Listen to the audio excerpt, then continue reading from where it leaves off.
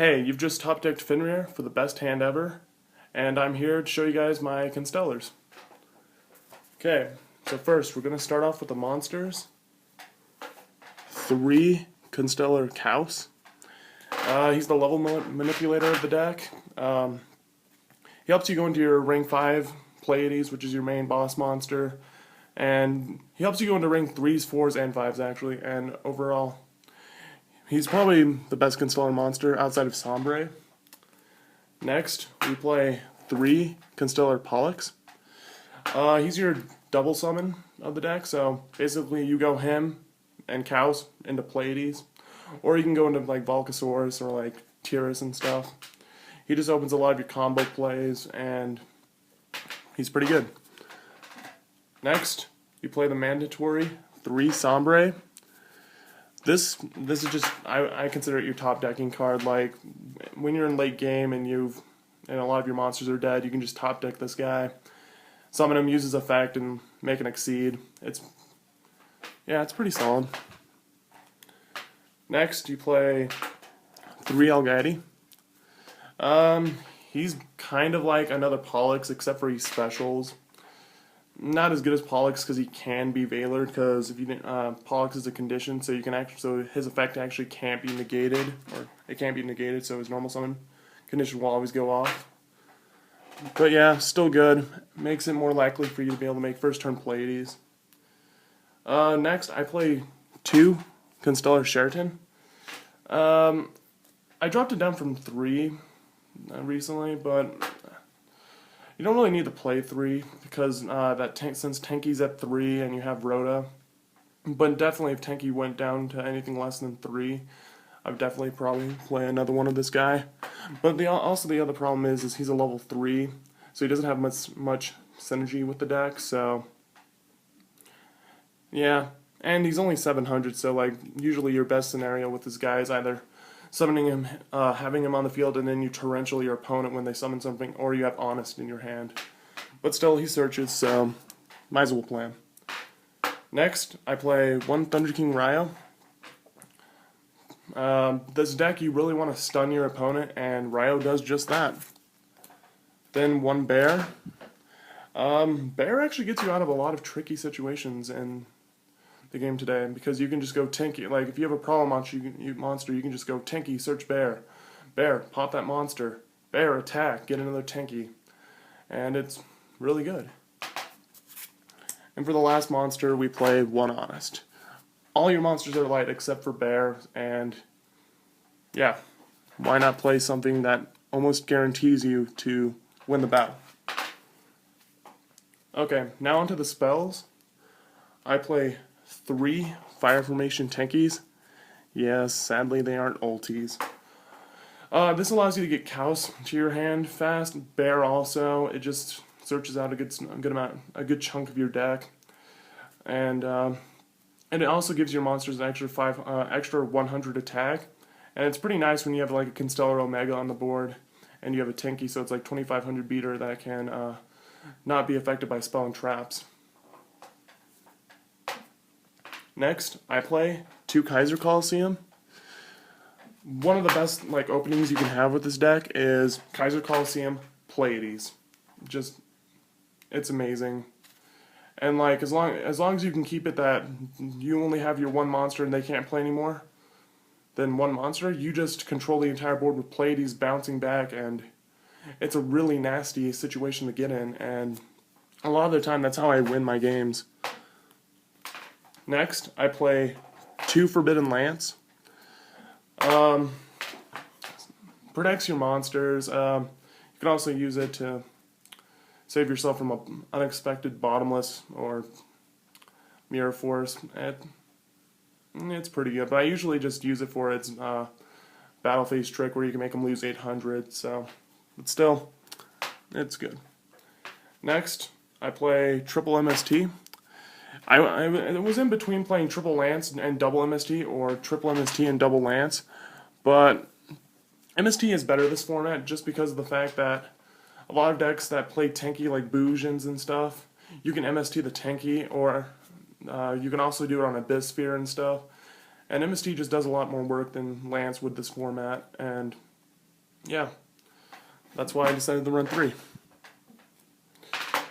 Next, my one-ofs, I play 1 Book of Moon and 1 Rhoda. Rhoda to get Pollux out, or Pollux to your hand so you can do your whole shenanigans faster. And Book of Moon, I just think it's always a staple because Book of Moon, it can save your monster from an attack, can disrupt Xyz and synchro plays, and overall, I just think it's still staple, I think. Okay, that was it for the spells, and now we're going to be moving on to the traps. For my traps, I play 2 Mirror Force. Mass Removal, what else can you really say about it? Next, 2 Fiendish Chains. Effects are really powerful this format through like Excited Knight and crap. And it's just, I don't play Valor, so yeah, you need something to stop effects.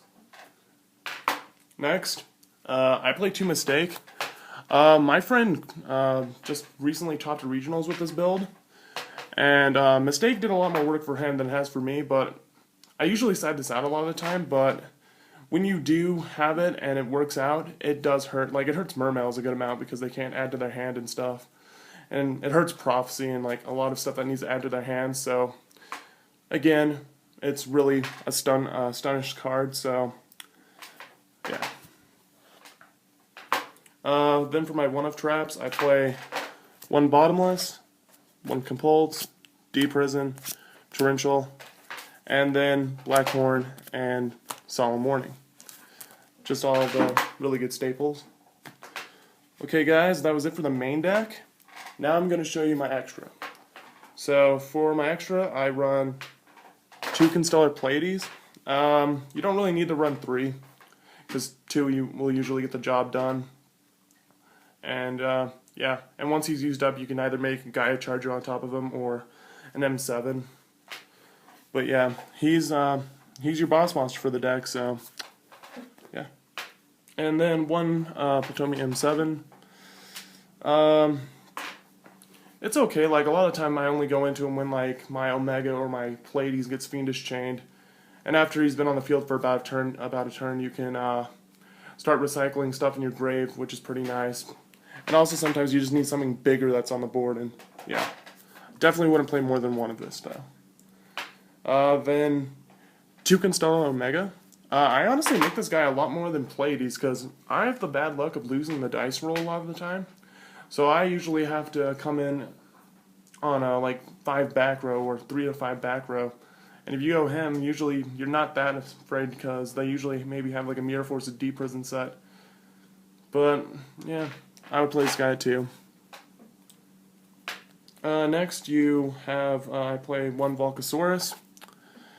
You can win a lot of games with just destroying their monster and burning him for the life, and then you can just make Gaia Charger over it and then attack for the rest. Happens a lot more than you would think. 1 Tyrus. If you want to make 5s, it's a safer bet than Pleiades sometimes, because it's immune to backrow for 2 turns, and you can just run in and attack and pop stuff, and it's pretty nice to have. And then the 1 Gaia Charger. You gotta play this guy. He's just way too good. You have a ton of rank 5s that you have, and once they're done, you can just make Gaia Charger over it and then start putting in work. And yeah, really good. Next, I play 1 Precipice or Beehive. It's just nice that he has a little built-in like mini Kalute, or actually more counterpunch, so you can go up to 3,400, and actually he can make any Constellar gain 1,000, but you usually use it on him. Yeah, he's pretty good. 1 Star Leech. Oh my gosh, like, Star Leech does a lot for this deck. Like, he gets over stuff that you usually wouldn't get over, and when he dies, he gets you a draw, and sometimes you can even keep him alive an additional turn with an Honest, which is pretty funny. But yeah. Next, I play 1 Tiger King.